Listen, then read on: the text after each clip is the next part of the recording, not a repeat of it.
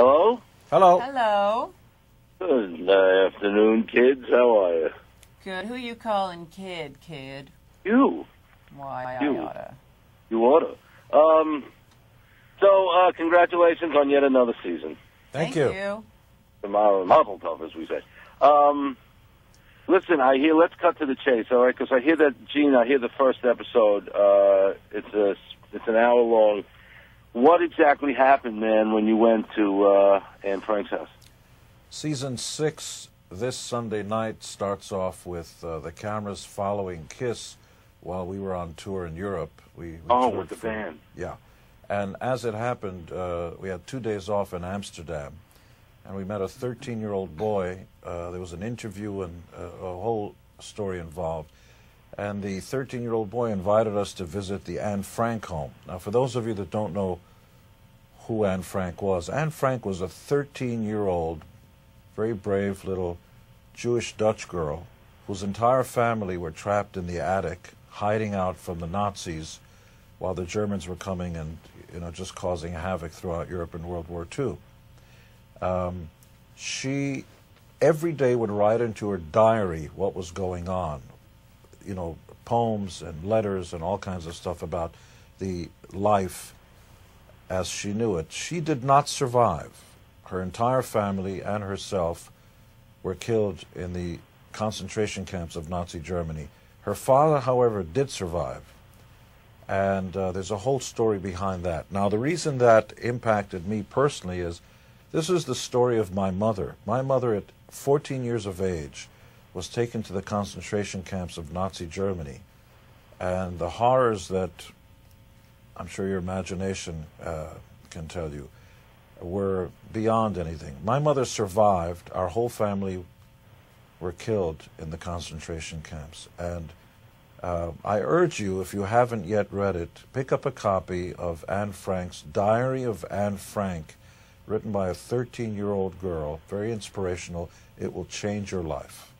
The movie is great, too. My son, who just got bar mitzvah last week, I watched that movie with him about a year ago, and he was completely speechless, and the next day he started reading the book. Yeah. My problem with how people perceive the horrors of World War II, and not just to Jews, but also to Catholics and anybody who was against the regime. People only know about the 6 million Jews that were incinerated, but there were 2 million Catholics and lots of other sort of people of different faiths and nationalities that were also killed.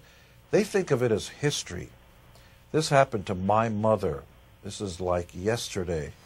And this first 1-hour special show this Sunday night sort of visits this area. But don't be depressed or anything. It's still uplifting. And a lot of the other shows are usual wacky stuff that we get involved in. So did you go with Paul and the guys in the band, or did you go to the house yourself? Shannon and I went. Oh, you were there too, Shannon. Okay, Yeah. Oh, great. It's an inspirational story, really. It's Nick was on tour with the band as well. I mean, not with the band, but Nick was on the tour, and it's another story point where he decides to come and see what it's like to be a rock star. He thinks it's going to be pretty easy, and Oh, yeah. it's harder than he thought. We visit Holland, Spain, other countries, so we go, global this year. A couple of more milestones. My daughter goes to college this year. Nick turns 21 in Las Vegas, so we have a lot of fun this year. Were you now, Gene? Obviously, you knew your mom's history, but going there, did the visual aspect of it just was that the thing that really wiped you out? No, it was the fact that Anne Frank actually resembled my mother at that same age. They were, it's always much more impactful emotionally, and the horror of it just comes over you when it's your family. It's a little less. People look at it like, gee, that's terrible that it happened. But when it actually happened to your mother, it just emotionally completely overwhelming. And I hope people will get inspired by this story. But also, you know what, Gene and his mom never really talked about it, partly because she didn't want to upset him, and he didn't want to upset her, so there's never really been that sort of deep conversation about it. But knowing what you know, and then going in there and seeing the picture of that girl who so resembles her at the same age, I think really hit him in the face. Yeah, I can imagine that. I mean, I didn't have any family members, luckily, that perished, but I grew up.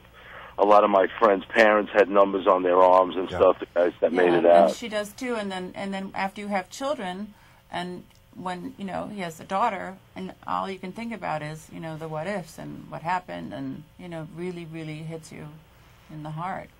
I would urge, by the way, I would urge everybody out there, we all take it for granted in pop culture, and you're in a rock band, you stick your tongue out, all this wacky stuff, but in all seriousness, your mom's around, if your dad's around, if your grandparents are around, take a little time, sit down with them, talk to them, talk about their experiences, and don't ignore them. I mean, after this round of interviews, Shannon and I are hopping in a car and going out to visit my mother. We're going to have lunch with her, and just be there. And they have stories. They have good stories to tell, and even if you're not interested, you know what, just listen anyway. Yeah. Well, and also I know that it's hard for a lot of the survivors, or has been hard, to visualize it. It's like soldiers not wanting to talk about the war experience. Sure. It's true, but they still want somebody to listen. They do. Just sit there, be with them. Just be with them.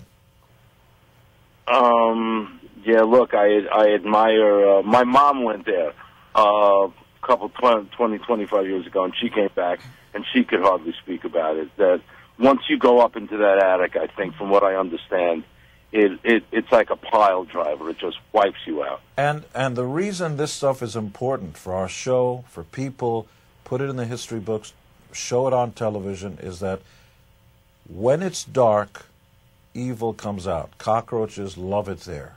You've got to shine a light, let people know this happened. The next generation has got to learn about it so that it'll never happen again. We should talk a little bit about what Otto Frank wrote on the wall and how it compares to your mother's point of view.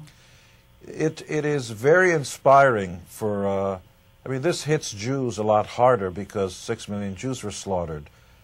Catholics should also be incensed by this because 2 million Catholics were slaughtered.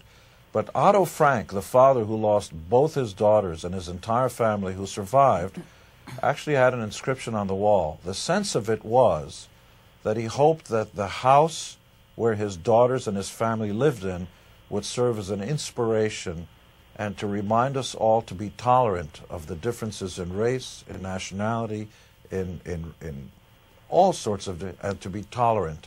It was a note of inspiration and hope for all of us from a father who wasn't pointing just to Jews. I mean, it's very inspiring and a lesson to all of us. It wasn't about hatred, in other words. I mean, and Gene's mom's point of view is about hope as well, and about being happy just to be alive every day.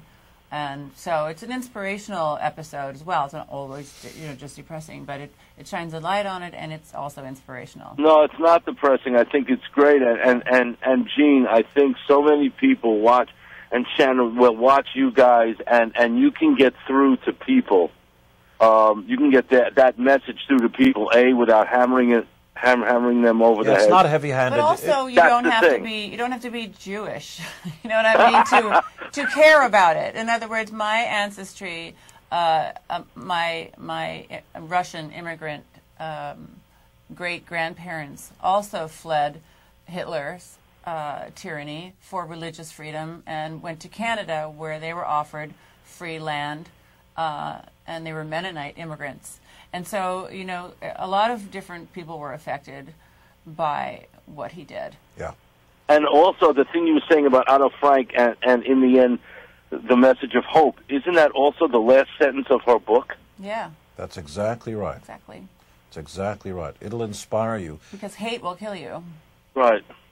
And look, in these times, man, I think that this happened naturally on your show, that this is just coming out naturally, and it is amazing and is really a gift. I don't want to get too heavy about it, but I think that 6 seasons in for you to start like this, and then I'm sure the show becomes more like what people expect of it. I just think it's amazing in that it happened naturally. I think. Look, the series is about our lives, where we go and what we do and what we experience, and the cameras are there to capture it. And in this 1-hour episode, this is where we were, and this is what we saw and experienced.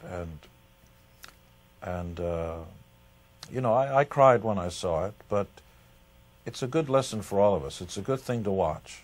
It's great, man. And the band's cool? Everything's good with the band? Bigger than ever. The Kiss high-def TVs are coming out this month. We have 3,000 licenses. I hope God smacks me in the back of the head if I complain about anything. I have nothing to complain about. All right, man. Look, it's always great to talk to you guys. Cannot wait to see it. Happy Hanukkah, my friend. Thank you. And I'll talk to you guys soon. Thank you. Bye.